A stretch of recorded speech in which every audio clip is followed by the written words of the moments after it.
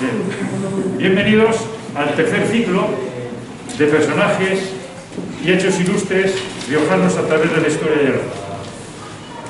Este año es un ciclo más que conferencias sueltas, porque saben ustedes que es en 1521 y para nosotros es muy importante. Aprovecho también decirles que el Ateneo es una entidad muy heterogénea y abierta a todo el mundo. Es decir, si ustedes quieren participar dentro de las actividades, pues pueden venir perfectamente cuando quieran, hacerse socios, etc. Sin más, van a ir las jornadas don Jorge Fernández López, que es el director académico del Instituto de Estudios Riojanos, que además este año se cumple el 75 aniversario. Tiene usted la palabra. Pues, bueno, muchas gracias, Marcos, y muchas gracias a todos ustedes por asistir a este acto. Como ha dicho Marcos, soy desde hace poco más de un año el director académico del Instituto de Estudios Riojanos, que es la entidad que ha organizado este ciclo de conferencias y que da continuidad a esta iniciativa de ciclos organizados a iniciativa de Marcos Gutiérrez, en contacto con la Delegación de Defensa en La Rioja, que siempre ha presentado un asunto monográfico y relacionado de alguna manera con la historia militar. Este año, como ha dicho Marcos, lo dedicamos al quinto centenario del sitio de Logroño, que como todo el mundo sabe tuvo lugar en 1521, y desde el Instituto de Estudios Riojanos es una actividad más que se suma a otras que estamos realizando sobre esta misma temática. Un amplio plan de investigación que hemos organizado que coordina Sergio Cañas, el director del área de Historia del Instituto de Estudios Riojanos, y Diego Tellez, profesor de la universidad. De ese plan de investigación saldrá una monografía que esperamos que aparecerá pues, simultáneamente para la celebración de junio, y donde se desvelarán asuntos interesantes, escasa o nulamente conocidos hasta ahora. Y el IES se suma también a otras actividades que van a conmemorar y profundizar en el quinto centenario del sitio de Logroño, junto con otras instituciones como la Universidad de La Rioja, el Ayuntamiento de Logroño y el propio Gobierno de La Rioja, y esperamos que del conjunto de estas miradas promocionadas promovidas por distintas instituciones, pues tengamos una imagen completa y inédita de muchos de los acontecimientos que se dieron lugar hace 500 años. No les quiero robar mucho tiempo, pero 5 o 6 cosas más sobre este ciclo que comienza hoy, ya que es el día de la inauguración. El programa consta de 5 jornadas, todas las tardes de esta semana, desde hoy lunes hasta el próximo viernes, y la intención es proporcionar perspectivas diversas desde campos del saber y de la cultura distintos acerca de lo que ocurrió entonces.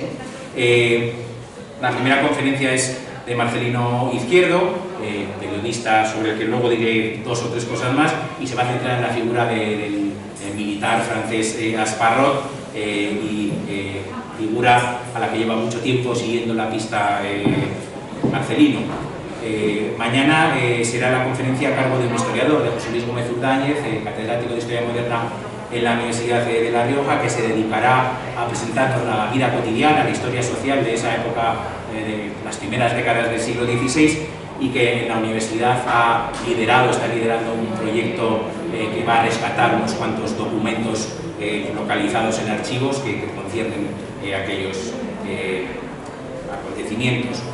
La tercera de las conferencias está a cargo del coronel José Manuel Arnaiz, que analizará cómo eran las fortificaciones y los asedios en aquella época, y cómo esos elementos arquitectónicos que han configurado las ciudades de la Edad Moderna han dejado restos escasos, ¿no?, para lo que era la fisonomía habitual hace 500 años en las ciudades europeas. El penúltimo día, el jueves, serán 2 historiadores, Sergio Cañas y Diego Tellez, los que nos explicarán cómo se han ido formando ciertos mitos alrededor del asedio de 1521, las gestas del pasado glorioso, pues por inercia, por mecanismo casi automático de las sociedades, se acaban tiñendo de leyenda y de halos a veces que ocultan la realidad más real, por así decir, y esa realidad nos las desvelarán Sergio Cañas y Diego Tellez. Y la última de las conferencias, que cerrará el ciclo, estará a cargo del coronel Pedro Pejenaute, que nos hablará sobre el nacimiento y el desarrollo de los tercios españoles, que precisamente están surgiendo o afirmándose, ¿no?, en esta época. 4 años después del sitio de Logroño fue la batalla famosa de Pavía, ¿no? Contaremos además con distintos moderadores y presentadores, que no nombro ahora por no ocupar más tiempo, y a quien sí que quiero presentar es a Marcelino Izquierdo, que es persona conocida de sobra por todos ustedes, periodista inagotable, que a lo largo de su dilatada carrera en los medios de comunicación locales se ha dedicado prácticamente a todos los ámbitos, y que junto con eso, junto con esa dedicación a esta profesión siempre complicada, y estos días todavía más, ¿verdad?, ha satisfecho su insaciable curiosidad por prácticamente cualquier aspecto de la historia local a lo largo de los últimos años, ¿no? Le debemos a Marcelino páginas impagables sobre multitud de aspectos de la historia local riojana, y además ha tenido la habilidad siempre de conjugar algo que no es fácil de hacer: el rigor en la investigación, la documentación seria sobre aquellos aspectos que aborda, con la amenidad al relatarlo, hasta el punto de que en varios de sus productos, por llamarlos así, de escritura, sale del mundo de la divulgación o de la investigación y entra en el de la ficción o la recreación histórica, ¿no? Y poco más. Quería agradecer a todos ustedes su presencia, al Ateneo Riojano que nos haya acogido como tantas otras veces, en especial a Monse, que siempre facilita todas nuestras gestiones, y a Jesús Murillo, el reciente nuevo presidente de esta institución, que muy pronto se ofreció generosamente para albergar cualquier acto que, como buenos vecinos, haremos en común. Al delegado de Defensa, aquí presente, por apoyar estos ciclos repetidamente, y a Marcos Gutiérrez, el primer promotor de estos ciclos, que ha actuado además como nexo constante entre el Instituto de Estudios Riojanos y la Delegación de Defensa. No quiero consumir más tiempo, dejo que nos entretenga en el mejor de los sentidos Marcelino con su conferencia, cuyo título pueden ver en la pantalla. Hola, buenos días o buenas tardes. En principio no sé si se oye bien o no. Sí, ¿verdad? Bueno, en primer lugar, pues quiero agradecer al Instituto de Estudios Riojanos, al Ateneo Riojano, que nos sirve como anfitriones, y a la delegación del Ministerio de Defensa, que organiza esto desde hace varios años. Creo que fueron 3 años ya me tocó a mí hablar sobre Cosme García, el inventor riojano del submarino. Y hoy, bueno, vamos a hablar un poco sobre Asparrós, pero también sobre más cosas, sobre 1521, ¿no? Aprovecho ya para hablar de mi libro, Carlos Alberto, Umbral. El día 25 de mayo se va a presentar en la Biblioteca Pública una novela que va precisamente sobre el sitio de Logroño, pero que no tiene mucho que ver, en parte, con lo que vamos a ver hoy, que es una investigación mucho más rigurosa, mucho más histórica, ¿no? Sí, ¿no? Vamos a ver. Bueno, si preguntamos a algún logroñés qué es esto de las fiestas de San Bernabé, qué son, por qué se celebran, pues mucha gente hablará del arco de San Bernabé, que lleva, pues, yo creo que siglos colocándose. También hablará de las recreaciones que se desarrollan por todo el casco antiguo y sobre todo cerca del arco de Rebellín y de la Torre de Rebellín, que hay que decir una cosa para quien no lo sepa, tanto el arco de Carlos V como la torre que instalaba no existían en el año 1521. Son construcciones posteriores precisamente para reforzar la ciudad ante posibles ataques posteriores del Reino de Navarra. Las recreaciones históricas, como digo, que no creo que tengan más de 12 o 14 años, pero así parece que han cuajado, igual que cuajó en su día pues, lo que es el acto más multitudinario de todos, como es la entrega del pan.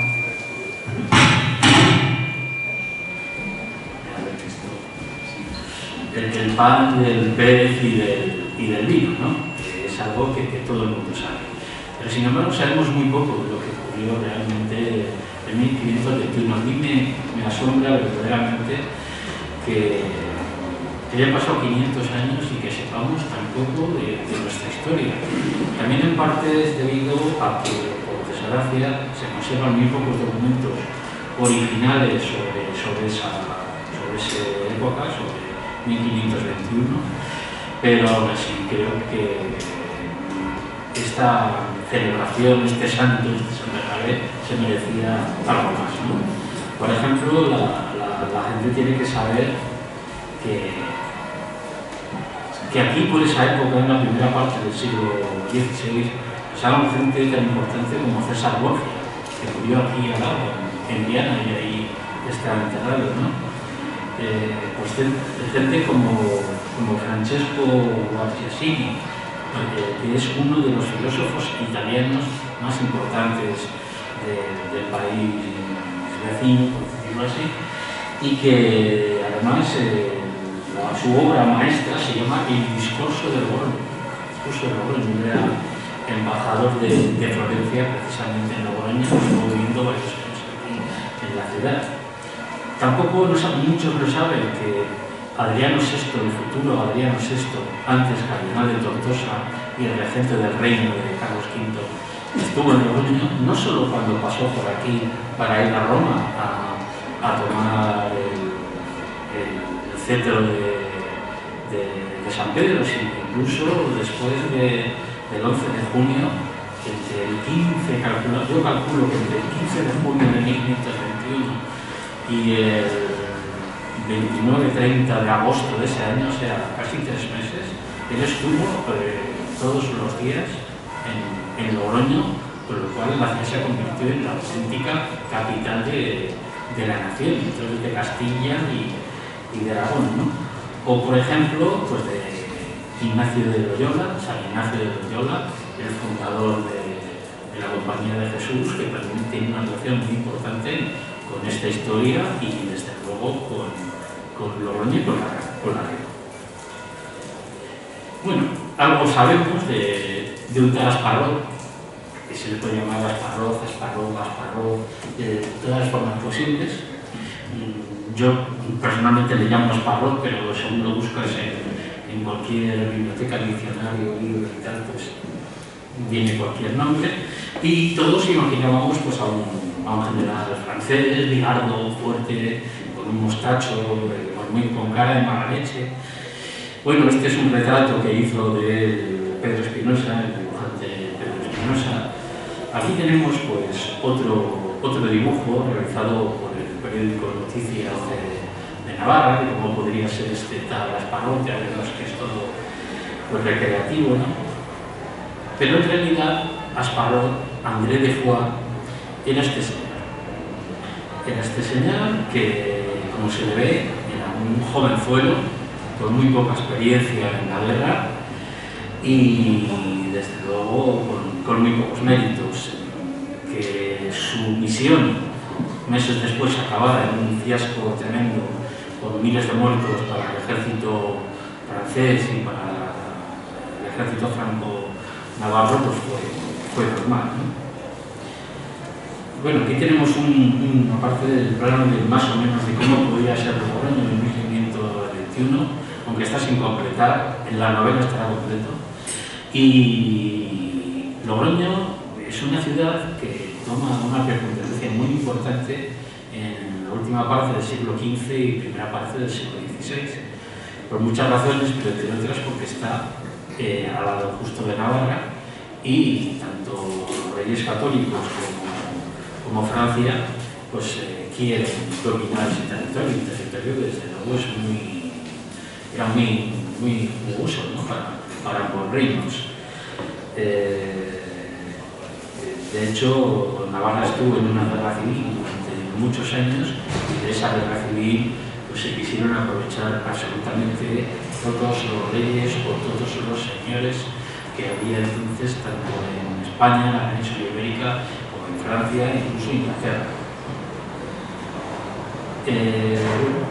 La muerte de Isabel la Católica dejó solo a Fernando de Aragón, pero que aún así pues él se ha empeñado en conquistar Navarra, y en 1512 se produjo lo que es la llamada anexión de Navarra, que como vemos que de anexión no tiene mucho, porque fue una conquista en toda guerra. El duque de Alba, uno de los duques de Alba, pues tardó muy pocos días en conquistar y anexionarse Navarra.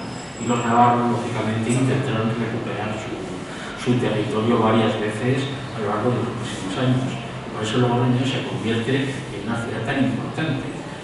Aparte del Camino de Santiago, lógicamente, por aquí pasan miles y miles y miles de militares a los cuales hay que dar de comer, hay que dar de beber, hay que dar alojamiento, hay que vestir, y eso hace que la ciudad pues vaya creciendo de una manera pues rapidísima, ¿no?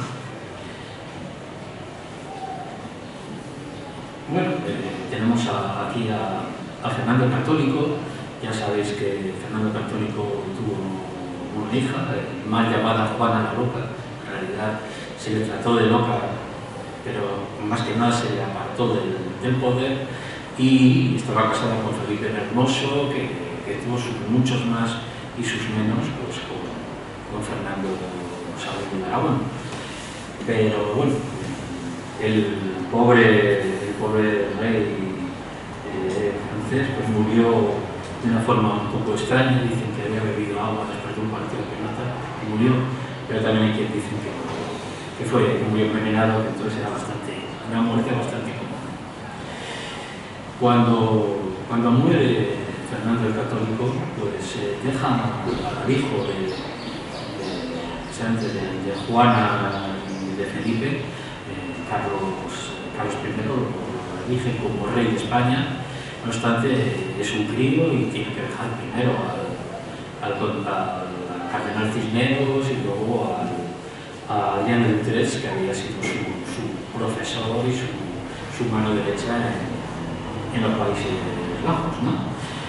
Ya cuando alcanza una edad que ya puede ser rey, se convierte en Carlos I, pero en muy poco periodo de tiempo pues muere también Maximiliano de Austria, su otro abuelo, que era emperador del Imperio Romano Germánico, ¿no? Y él estaba empeñado en que su nieto favorito, Carlos I de España, tomara ese trono, ¿no? Y bueno, ese trono se consiguió al final, después de muchos esfuerzos, sobre todo de las arcas públicas de la gente del pueblo, que tuvo que poner mucho dinero para pagar a los electores. Entonces había electores que elegían ese cargo y, claro, había que pagarlos muy bien. Y tenemos, como en la catedral de Aquisgrán, un jovencísimo, como digo, Carlos I se convierte en Carlos V, aunque la entronización, la coronación es aquí, aunque la coronación se producirá años más tarde en Bolonia. Pero claro, Carlos V de España, Carlos I de España y V del Imperio no era el único que quería lograr ese cetro de Carlomagno, ¿no? Había otros interesados, y el más interesado sobre todo era Francisco I de Francia. ¿Por qué? Primero por el carácter gran poder que atesoraba tener tantas tierras. Y segundo, porque al francés, a Francisco I, tenía un problema ahora, ¿no? Y que como se ve en este mapa, es que con Carlos V, con España, Países Bajos y Italia, milanesado y tal, prácticamente está rodeando Francia. Francia estaba rodeada de enemigos y por eso desde ese momento prácticamente la enemistad, el odio entre Carlos V y Francisco I pues se va desarrollando a lo largo de su reinado, ¿no?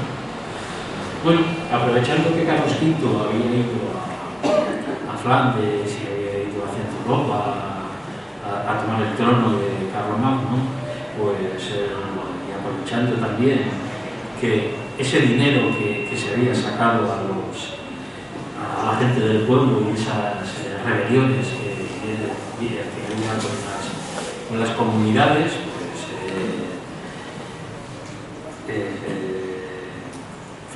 Francisco I anima a Enrique d'Albret o d'Abril, que es el heredero que corresponde el trono del viejo reino de Navarra, y le promete ayuda militar con tal de, por decirlo así, pues minar la labor de Carlos V.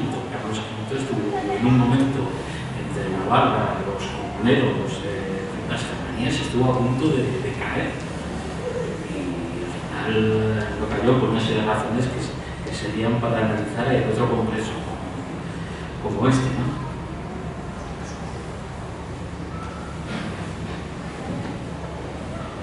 Bueno, como digo, pues Francisco I promete un ejército pues, muy numeroso para reconquistar Navarra, pero Enrique d'Albret o d'Abril espera en los Pirineos, en sus feudos, a que llegue este momento, pero espera y desespera. No llega los refuerzos militares que ha prometido el rey, y poco a poco pues, la guerra de los comuneros, la guerra de las comunidades, poco a poco los castellanos van tomando pues, ventaja, ¿no? Las pocas tropas que tiene Enrique las lleva a una localidad que se llama Navarrense, que está muy cerca también de los Pirineos, y ahí espera, como digo, a que venga por fin el ejército prometido. Y entonces es cuando llega el famoso Gasparró. Aquí lo tenemos en un grabado del siglo XIX, así debería ser más o menos Gasparró, muy alejado, como digo, de ese militar, de ese francés de bigotes tremendos y pinta de cara de mala leche, ¿no? ¿Qué méritos tenía Gasparró ante de Foix? Pues en su mayor mérito es que era hermano del amante oficial del rey. Por lo cual, a pesar de que le ponen varios militares con más experiencia a su lado, él es el que toma las decisiones militares de la conquista de Navarra, y así terminará, ¿no? Más o menos se juntan unos 11.000 militares en Navarrense, con una artillería realmente muy potente. La artillería francesa del siglo XVI, XVI era muy potente, como digo, pero claro, resulta que los comuneros habían ya sido derrotados en la batalla de Villalar. Aquí tenemos a Padilla Bravo y Maldonado, y por ahí también está Rodrigo Ronquillo, el teniente Ronquillo, del cual vamos a hablar luego, lo digo para que se acuerden, ¿no?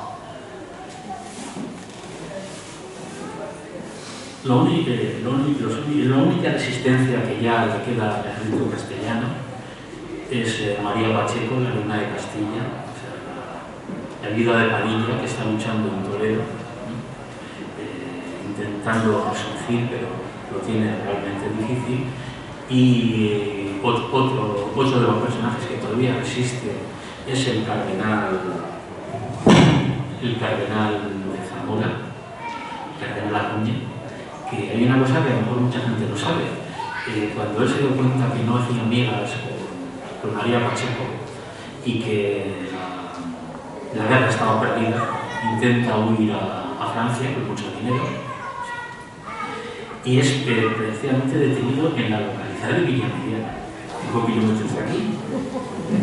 Detenido en Villamediana, reconocido, él quería pasar la frontera y llevado al castillo de Navarrete, que era el castillo principal que tenía el duque de Nájera en esta zona de La Rioja, incluso tan importante como el de Nájera.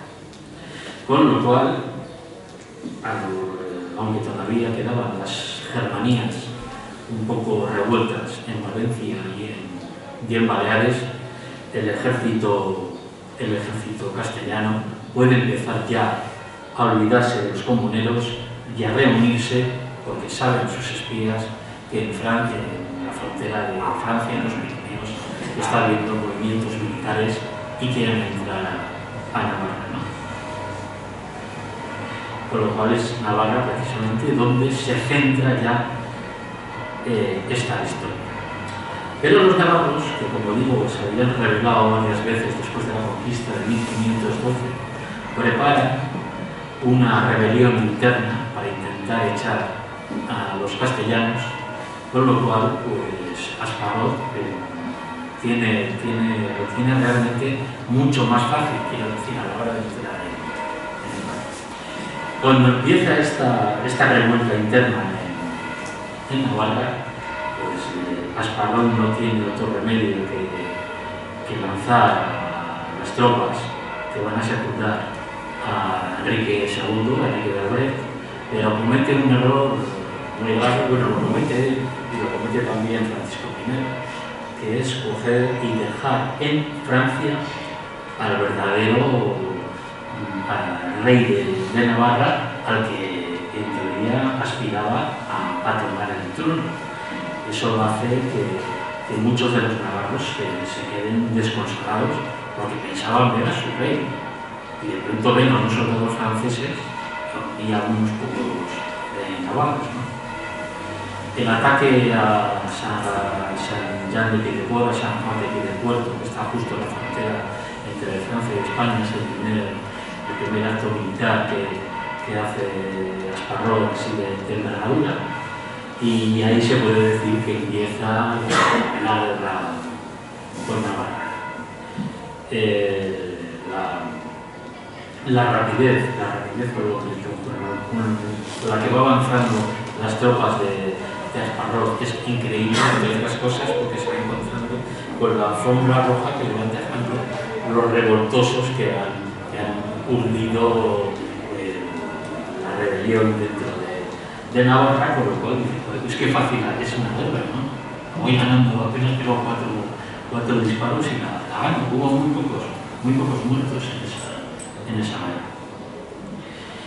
Quizá la batalla más dura o el sitio más duro es Pamplona, es la defensa del castillo que había construido hacía poco Fernando el Católico. Bueno, lo había dejado medio a construir y que resiste unos días los bombardeos de la artillería francesa, y es precisamente donde cae herido Íñigo de Recarte, más conocido como Íñigo de Loyola, que al final se pone al frente casi del castillo, y la herida pues lo obligan a llevárselo, que es a su casa de Oñacina, ahí en Guipúzcoa, y ahí en ese tiempo en el cual él se va recuperando de las graves heridas es cuando se va a reconvertir. Va a dejar de ser un soldado y se va a convertir no en un santo ya, pero sí en un religioso con una gran trascendencia en la historia del catolicismo. Mientras tanto, el ejército de Asparrot va avanzando fácilmente, llega a Estella. En Estella ya le está esperando Vélez de Guevara, pero apenas puede ponerle resistencia, hasta que por fin ya llega a la ciudad de Viena. Llega a la ciudad de Viena. Desde ahí está viendo perfectamente Logroño, la frontera natural. Y claro, ¿qué tenía que haber hecho Esparró? Pues con esos 11.000 soldados que poco a poco han ido perdiendo, ganando unos, pero perdiendo otros, en vez de ir asentando por las posiciones militares, lo que hace es ir trayéndose soldados y no dejar nada aposentado, ¿no? Con lo cual, yo creo que este hombre, pues, por decirlo así, de una forma coloquial, se crece en banderillas, ve Logroño enfrente y dice, pues ahora voy a tomar Logroño, que es la primera plaza importante que hay en Castilla, y así a mi rey pues, le llevo el trabajo prácticamente ya hecho. El hecho de... se dice que en realidad, se dice en muchos sitios, que en realidad se han ido a apoyar a los comuneros, pero es complicado, porque le quedaban entonces ya, cuando llega Logroño, unos 6.000 soldados. Luego, para ir a ayudar a los comuneros, tendría que haber ido a Toledo, que es donde todavía estaban resistiendo. Lógicamente, si hubiera a Toledo, no tenía que haber ido por Logroño, tendría que haber ido más por el sur. Es lógico, ¿no? Y además Navarra se lo permitía. Con lo cual, yo, vamos, casi convencido de que lo que hace es querer tomar Logroño, ponerse ahí y hacer como una especie de tapón por si vienen los castellanos a atacar, esperando que luego vengan tropas francesas y de ahí pues ya pues dejar Navarra con su verdadero o su legítimo, que dicen los navarros, rey. Pero claro, llega Logroño y los rebeldes dicen que no le van a dar las llaves de la ciudad hasta que una sola persona que venga. Bueno, hasta ahora la guerra ha sido muy fácil, les he lanzado 4 cañonazos con mi artillería y esto pues en 3 o 4 días Logroño va a hacer. Pero Logroño no hace. A pesar de los bombardeos, a pesar de muchos de los combates que hubo, sobre todo en las murallas, no dentro, porque los franceses no logran entrar en Logroño, pero sí en las murallas. Pero no consigue. Bueno, empieza el 25 de mayo el asedio, por decirlo así, y van a estar hasta el 10 de junio por la noche. Mientras tanto, pues los castellanos se han reunido ya en Segovia, una vez acabado la guerra de los comuneros, prácticamente finalizada, y lo que están es reuniendo fuerzas para ir a Logroño y repeler el ataque franco-navarro. Mientras tanto, Esparró había tomado, esto es una de las pocas fotografías que yo he visto, si no la única, del antiguo convento de San Francisco. Es una foto de finales del siglo XIX que nos da muestra de la dimensión de ese convento.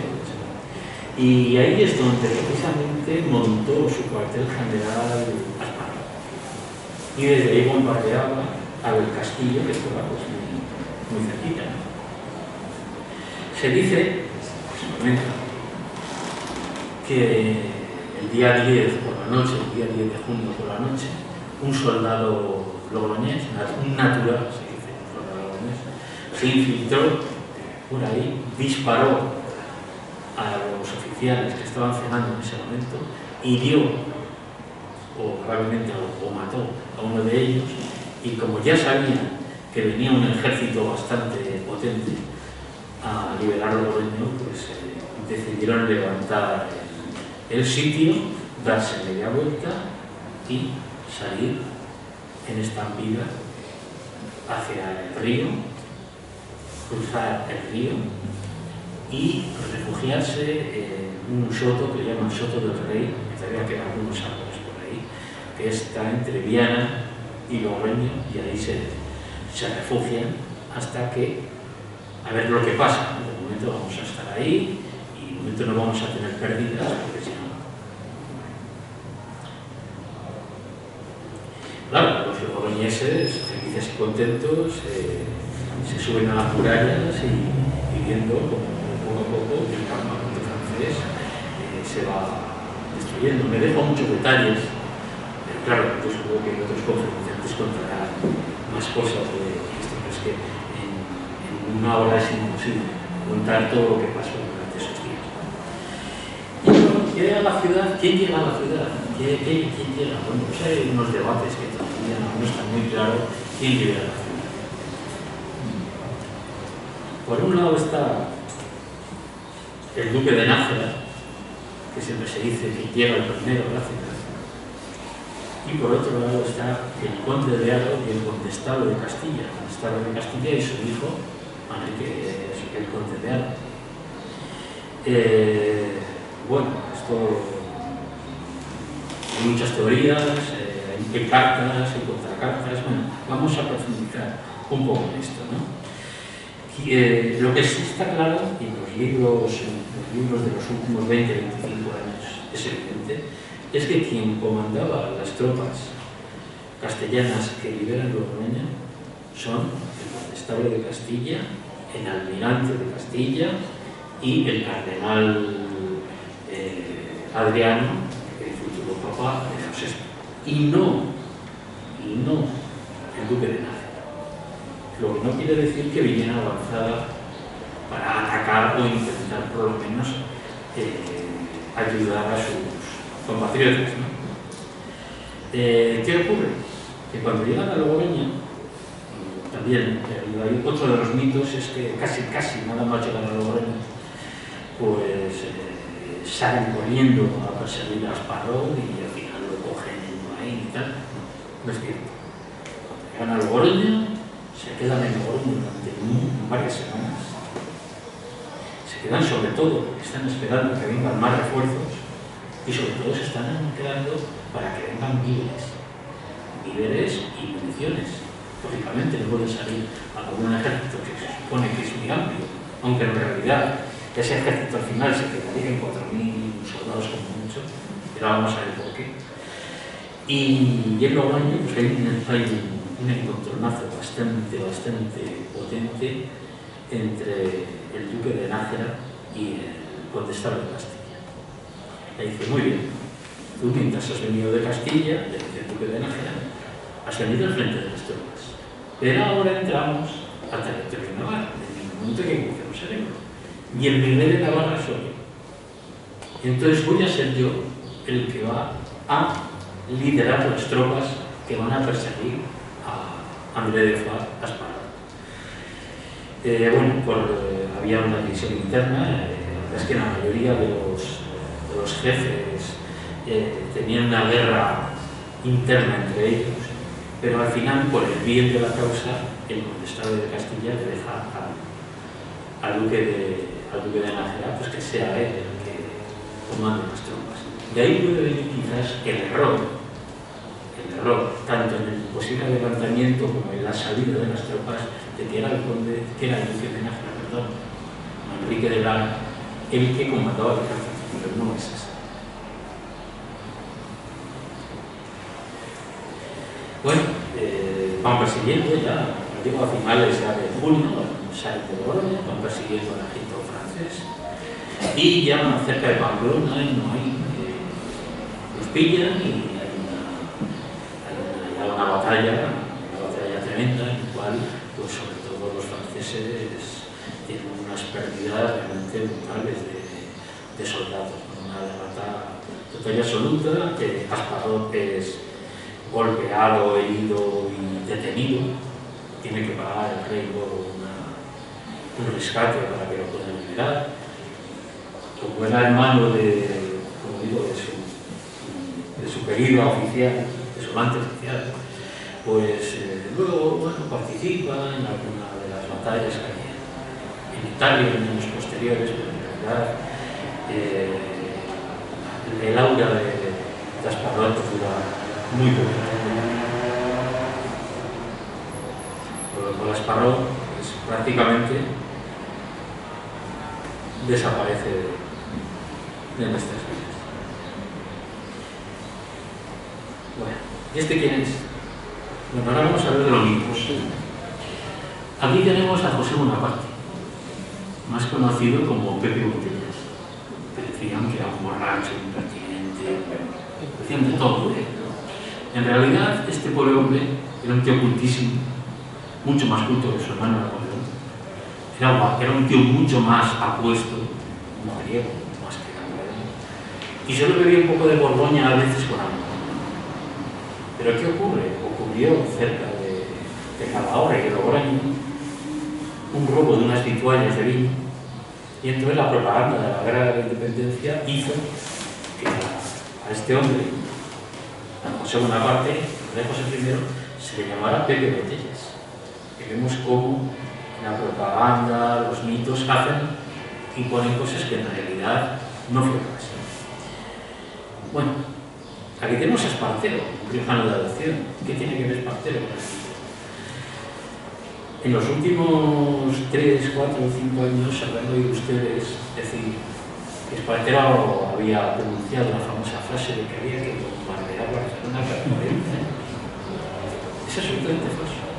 Es una falsedad absoluta, porque es que además ese bombardeo que es el de 1842 es un bombardeo por una cuestión económica, no una cuestión nacionalista que en ese momento todavía no existe, ni muchísimo menos, por mucho que se entienda.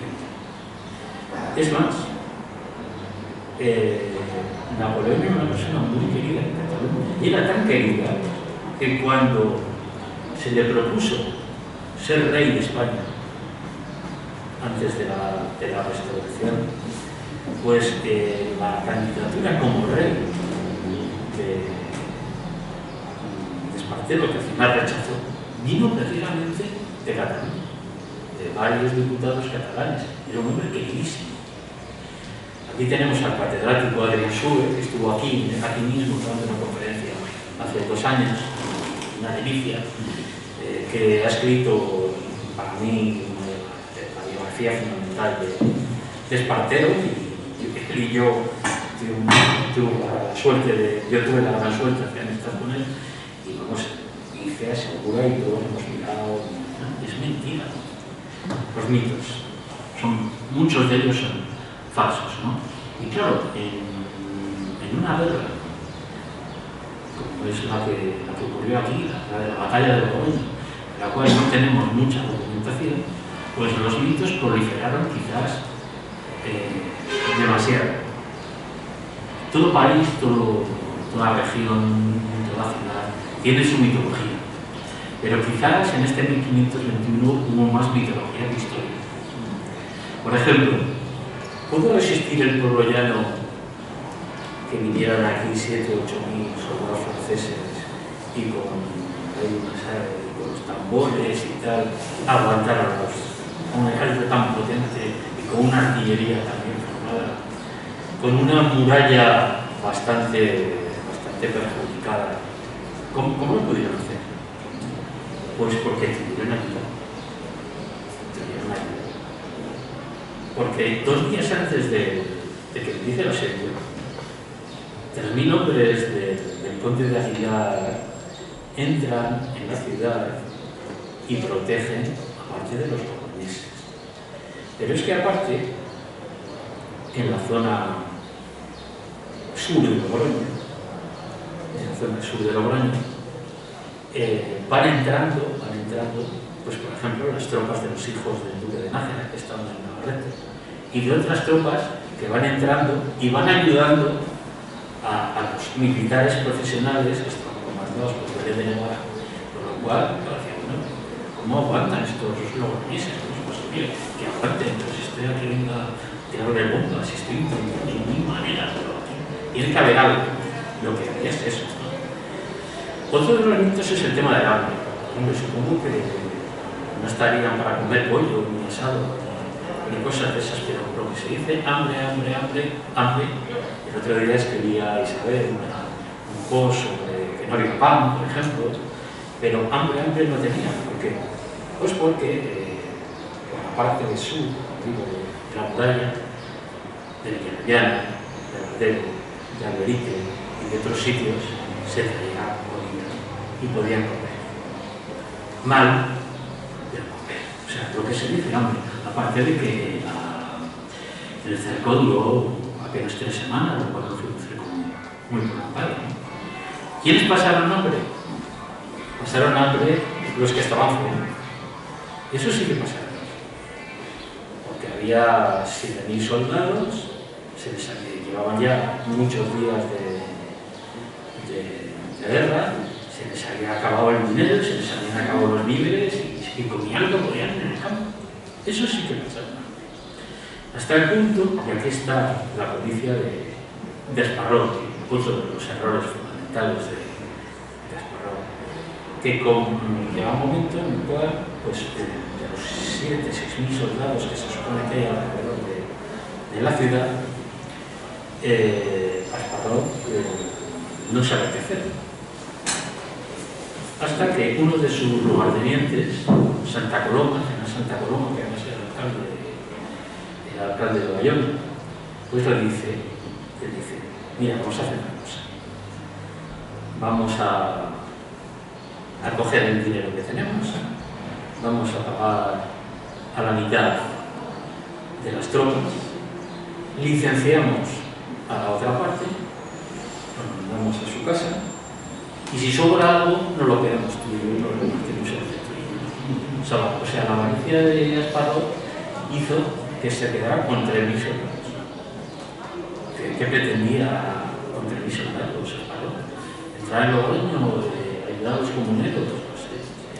Es un auténtico esperpento lo que era. Bueno, igual, pues Sparrow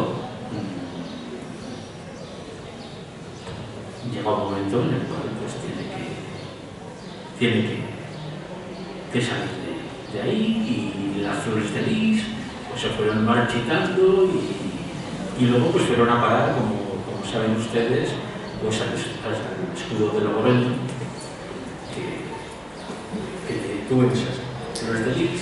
Alguien supongo que explicará en su día la importancia que tenía entonces para una ciudad en su escudo figuraran los trofeos de un reino tan importante como Francia, derrotado en una ciudad como Logroño.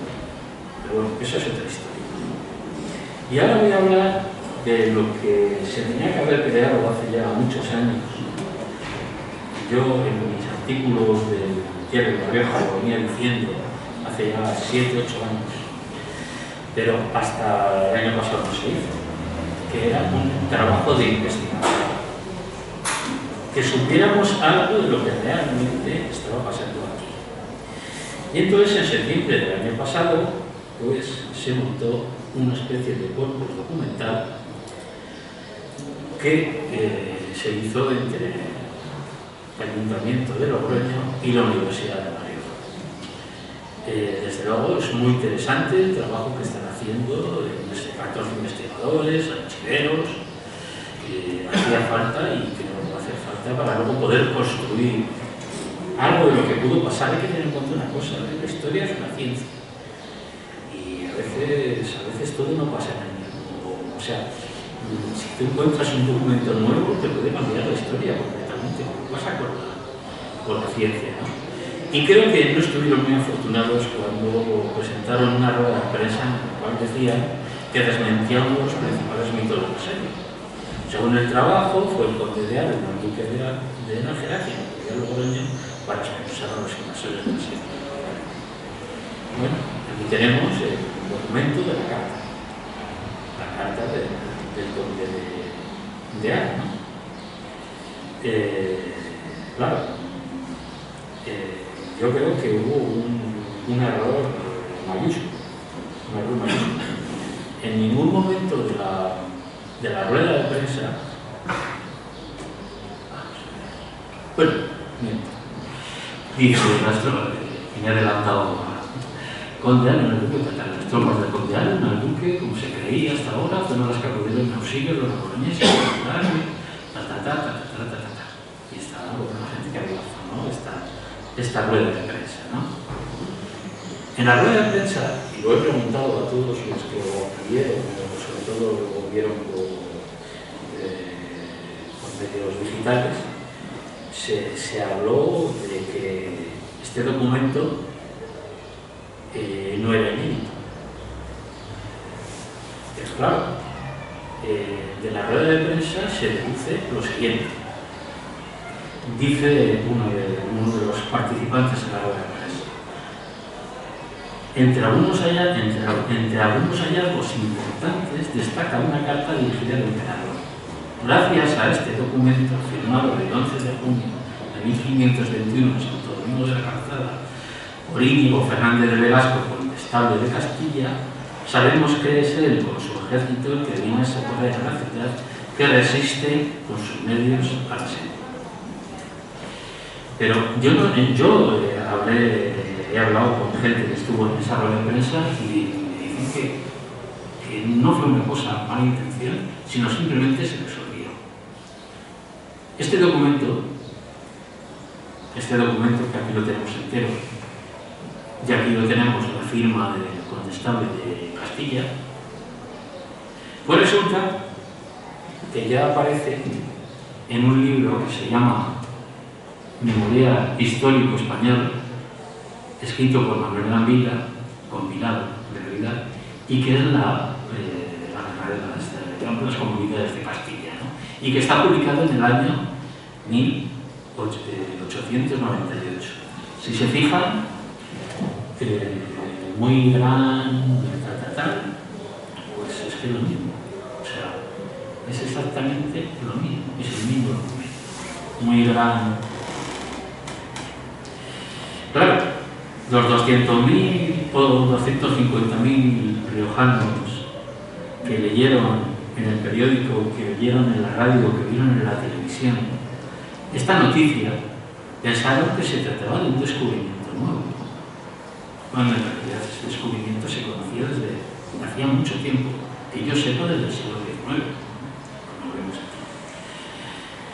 Bueno, en eso se basa entonces de que no estaba el duque de Nájera en Logroño. El duque de Nájera no vino a Logroño porque el condestable no lo nombraba como parte de su tropa. Tampoco lo iba a nombrar, eran enemigos íntimos. Lógicamente cada uno contaba la feria según le iba, ¿no? Pero es que en este mismo libro, unas páginas más adelante, el mismo día, el mismo 11 de junio de 1521, el cardenal de Tortosa y futuro papa Adriano VI escribe: el duque de Nájera y el dicho condestable de Navarra, el conde de Lerín, ya se han adelantado, y cierto sirven muy bien a su Alteza, y dele mercedes a ellos y a otros. Y abajo dice: el almiraste y condestable entraron anoche aquí y esperamos de día en día toda nuestra gente. ¿Qué quiere decir esto? Quiere decir que el duque de Nájera, con el conde de Lerín, ya estaba por Logroño, empezó a estar por Logroño el día 11 de junio. Y que el grueso de las tropas llega a Santo Domingo de la Calzada el día 11. Lo que quiere decir es que a Logroño no llegan hasta por lo menos el 12 por la noche o el día 13. Siempre se había dicho que habían llegado el día 11, que tal, que fuera, pero esta carta es palmaria, ¿no? Y además, pues, más o menos, viene a decir lo que Boissonade, que es uno de los historiadores franceses que más ha abordado este tema, lo dice, ¿no? Lo dice aquí claramente. Parrot sabe que hay un ejército con 4.000 castellanos, conducido por el duque de Nájera y el conde de Lerín, que se acerca a su campamento, por lo cual él decide levantar el campamento y irse, ¿no? Y dice lo que habíamos dicho antes: el general francés se repliega lentamente hacia las fronteras de Navarra y acampa en el borde del Soto del Rey, a 2 leguas de aquí. Seguimos ahora con las diferentes versiones. ¿Quién tiene la razón? Bueno, aquí vemos lo que dicen Linnea, Demetrio Linnea y Lerena, en un libro realmente magnífico sobre los duques de Nájera. Dicen que los gobernadores, con el ejército que manda el conde conde de Haro, el primogénito del condestado de Castilla, que se integran, entre otros, el duque de Nájera. Ella dice, como hemos dicho, que sí que él es el conde de Haro, el condestado quien manda ese ejército, pero el duque de Nájera está metido en ese ejército. Posiblemente no te hubiera llegado antes. Esto, por ejemplo, lo dice Pedro Sarte Munier, un historiador navarro, que es el que más ha tratado este tema desde Navarra. Y, vamos, es que está clarísimo, ¿no? Entonces, pero claro, dicen perseguidos, tal. Fue el día 11 de junio cuando comenzó la retirada esparroza de levantar el cerco y encaminar sus tropas hacia el bosque de Viana, a 2 leguas de distancia de Logroño, y entonces entraban los gobernadores en la misma. Hasta el propio Álvarez de Castro, que es el primero que cuenta algo oficialmente de la historia de 1521, él ya dice que el ejército llega con el condestable y el almirante de Castilla y los gobernadores. Es que no entiendo lo del duque de Nájera que comandaba el ejército castellano. ¿De dónde sale eso? De una experiencia popular, pero desde luego la primera fuente que tenemos histórica de Logroño, que es Álvarez de Castro, está diciendo todo lo contrario. En el siglo XIX, sin embargo, aquí tenemos una parte de Francisco Javier Gómez, un hombre que trabajó mucho por el siglo XIX en La Rioja, edulcorando mucho la historia. Dice, de pronto cuando el reloj señalaba poco más de las 5 de la tarde de aquel memorable y tal, pues, llega don Antonio Manrique de Navarra, acudiendo el primero en socorro, pero como si os dais cuenta, no dice que esté al frente del ejército, dice que llega con nosotros, pero no dice que está al frente. Y ya en el siglo XX, Gómez de Segura, también contando un poco la historia, dice que según Garrán, que era un historiador del siglo XIX, habían reunido a una serie a no sé cuántos en Burgos, a no sé cuántos en Toledo, no sé cuántos en Vizcaya, en Álava, y esta ciudad se entiende ahora, la próxima se Logroño en una retirarse. Aunque estas tropas no llegarán, como digo, hasta empiezan a llegar el día 13 de junio y irán llegando posteriormente, y por eso se espera a que se reúnan todas estas tropas para hacer un ejército que pueda hacer frente a Asparrulo y a su gobierno, ¿no? La otra carta que anotan este corpus documental es una carta que esta sí que yo por lo menos no la he visto en ningún libro, y es una carta que la firma el propio duque de Nájera, está en el archivo de Navarra, y es muy curiosa porque dice lo siguiente: carta del duque de Nájera sobre la entrega de 50 ducados a Sancho de Villordas para la compra de halcones. La firma en Amusco, que está en Palencia, un poquito al norte de Palencia, de la ciudad de la capital de Palencia, y muy cerquita también de Fromista, y la firma el 5 de junio de 1521. Atentos con las fechas, no nos perdamos. Con lo cual, pues, José Luis Gómez Ordóñez, que es el que está llevando el corpus documental, dice, es interesante esta carta, yo hablé con él personalmente, pero en la rueda de prensa dice, es interesante esta carta del duque de Nájera, no solo por el tema, la compra de halcones para cetrería, sino porque está fechada el 5 de junio en Amusco, al norte de Palencia, con el ejército francés frente a Logroño. Antonio Martínez de Lara, en mi villa de Amusco, no tuvo tiempo de llegar. Dice, pero a mí cuando conocí esto me cupo una duda. ¿Está hablando de halcones? Porque entonces la F y la H se aspiraban. ¿O está hablando de falcones? Falcones y falconetes. Las armas de artillería que funcionaban precisamente en esa primera parte del siglo XVI. Claro, cuando investigas a Sancho de Villordas, te das cuenta que no le piden dinero para unos halcones que vuelan. Le piden dinero para comprar los falcones de artillería. ¿Por qué? Porque este hombre, Sancho de Piedras, era el tesorero real en Vizcaya y las Encartaciones. O sea, no le va a pedir dinero a un señor para que le compre unos pájaros. Bien. Todos sabemos que el duque de Nájera, hablaba antes del libro de Demetrio de Irenea, de Tomás de Lena, que es magnífico, yo lo recomiendo. Era un hombre que vivió, que era un hombre medieval, más que renacentista, un noble de horca y cuchillo, que no, los pocos intentos comuneros que hubo en La Rioja, sobre todo en Nájera, pues los cortó de raíz. Mandó ejecutar a sus principales cabecillas, pero claro, eso no quiere decir que estuviera en Logroño cuando tenía que estar, y después que no estuviera en Logroño o estuviera en su villa de Amusco cazando palomas, ¿no?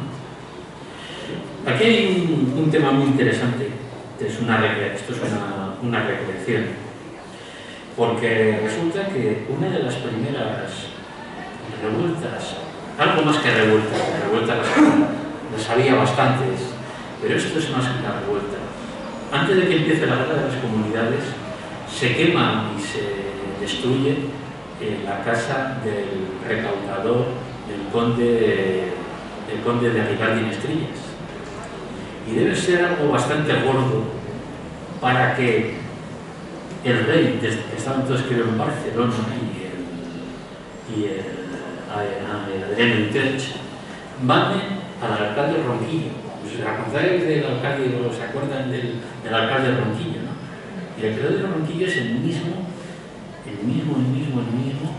que luego, con una severidad absoluta, pues no le tiembla la mano en la guerra de las comunidades, ni en las diferentes batallas, ni en la ejecución de sus principales cabecillas. Quizás Logroño no se movió cuando surgió la guerra de las comunidades, porque a todos los cabecillas que habían quemado la casa del tesorero, del administrador, del conde de Mestrillas, pues resulta que ya les habían tomado nota, ya habían apuntado sus nombres y apellidos, con lo cual había miedo de que pudiera haber represalias. Es quizá por eso, por lo que Logroño estuvo ahí, que si voy, que si no voy, que si entro y que si no entro.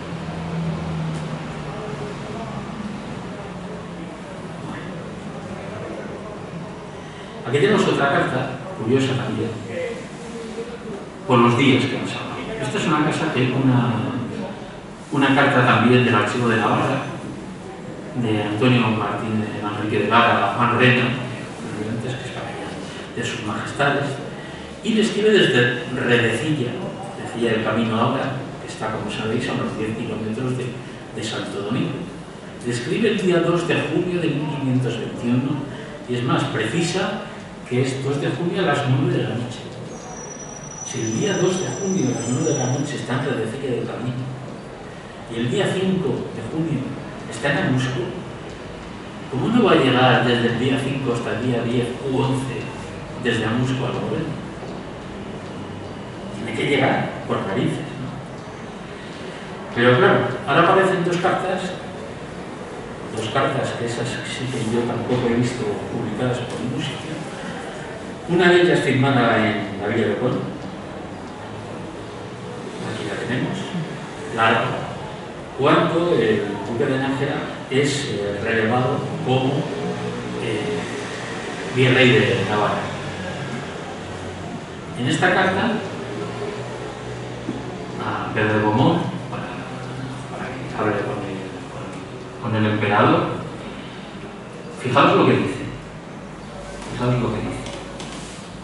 Es muy interesante. Y en esto llegué yo, que como sabéis, con la gente de mi tierra y casa, que estaba en Navarrete, y con la artillería de su majestad, que está escribiendo el rey.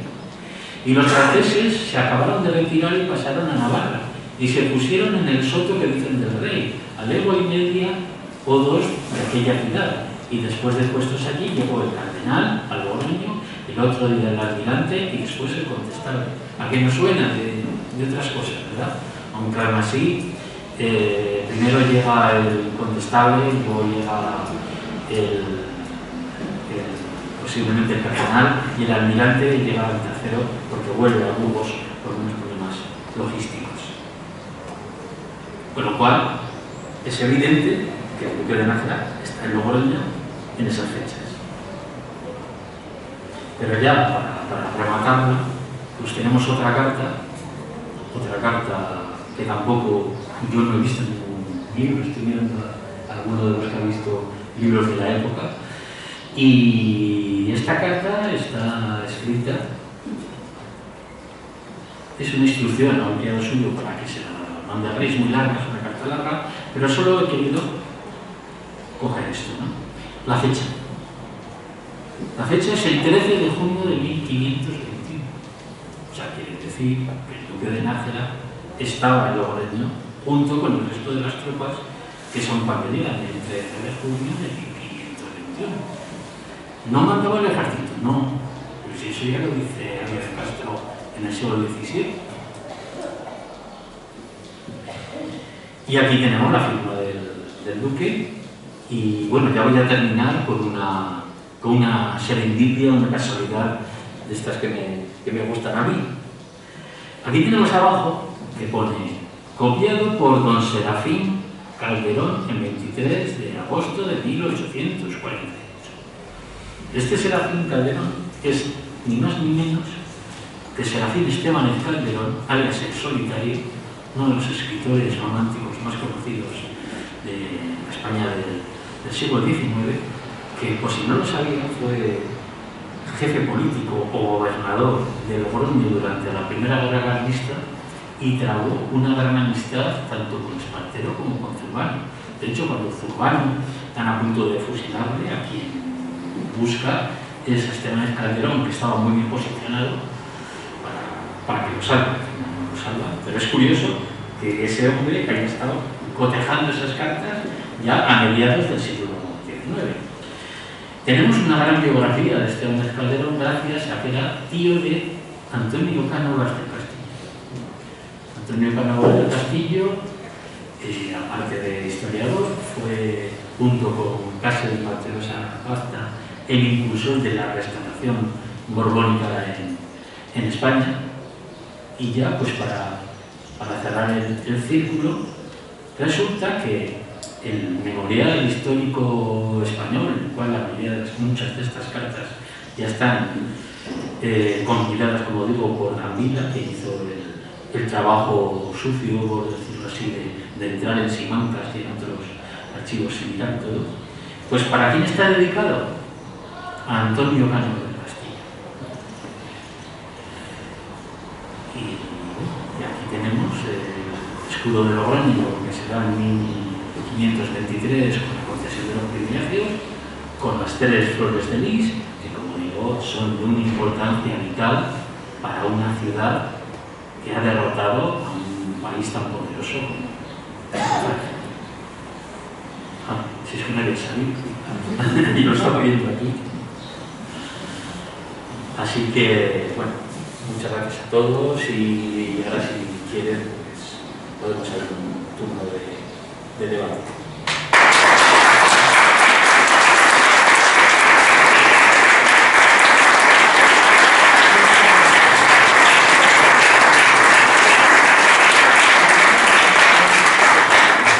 Pues muchas gracias a Marcelino, que no ha defraudado, sino todo lo contrario, ha dado muestra una vez más de su amenidad y nos ha descubierto un par de documentos inéditos y ha contribuido a la controversia. Y ahora, como ha dicho él, a las 9 tenemos que abandonar este lugar, pero creo que unos minutos para el coloquio, preguntas... ¿Se puede dar la luz ahora un poco?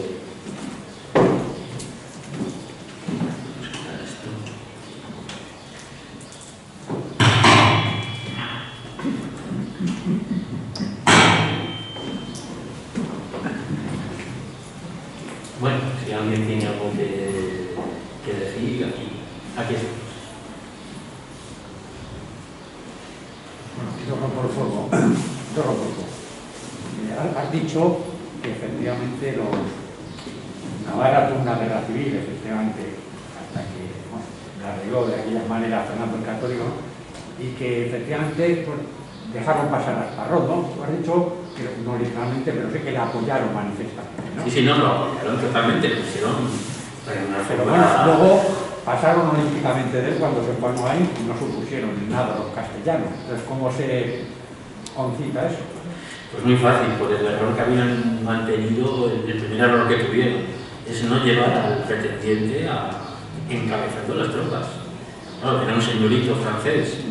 De hecho, claro, cuando llegan a Pamplona, sobre todo en Pamplona, donde lo que empiezan a colocar no son las banderas de Navarra, sino las banderas francesas. Y claro, la gente se queda un poco extrañada. Aparte de que la guerra civil que había habido entre agramonteses y viamonteses es una guerra muy cruel, muy larga, y las reticencias todavía estaban existiendo entre ellos. O sea, se juntaron contra un enemigo mayor, pero bueno, después de la chapuza de Esparrón, porque es que si Esparrón hubiera ido pues, dejando tropas, estableciendo guarniciones, es que no funcionaba eso. O sea, siguió, y como todo le parecía tan sencillo y tan fácil, pues llegó a Logroño y pensó que con 3 bombardeos pues que también iba a tomar Logroño.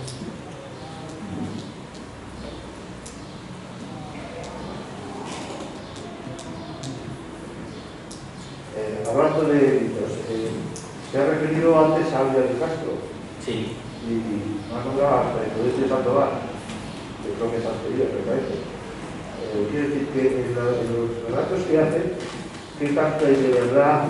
Porque yo sí que hago un relato bastante técnico del sitio. ¿Qué hay de verdad? Por ejemplo, el caso de Álvaro Pérez, cuando habla que en el Concejo de Logroño a que el animal de los ingleses a resistir. Y habla del tal Álvaro Pérez. ¿Qué se sabe de esto?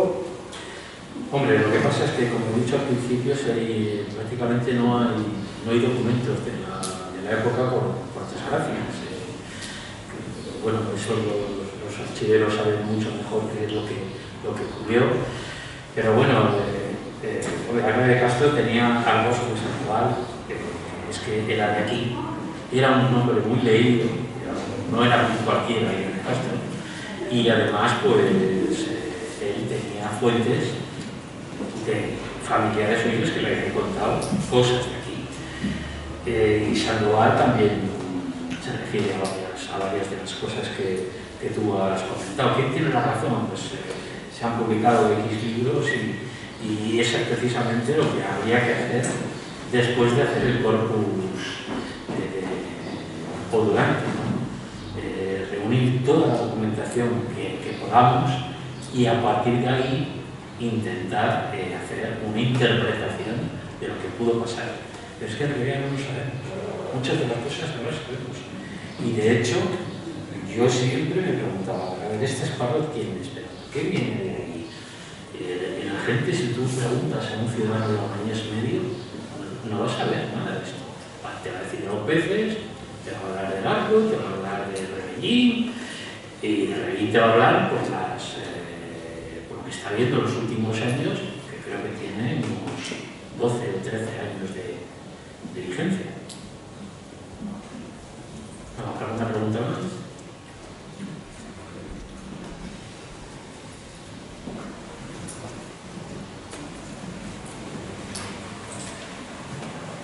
Pues, si no así, cerramos el acto. No sé si Marcos... Bien, muchas gracias por la asistencia y mañana les convocamos también a la segunda conferencia. Está tan interesante. Muchas gracias por su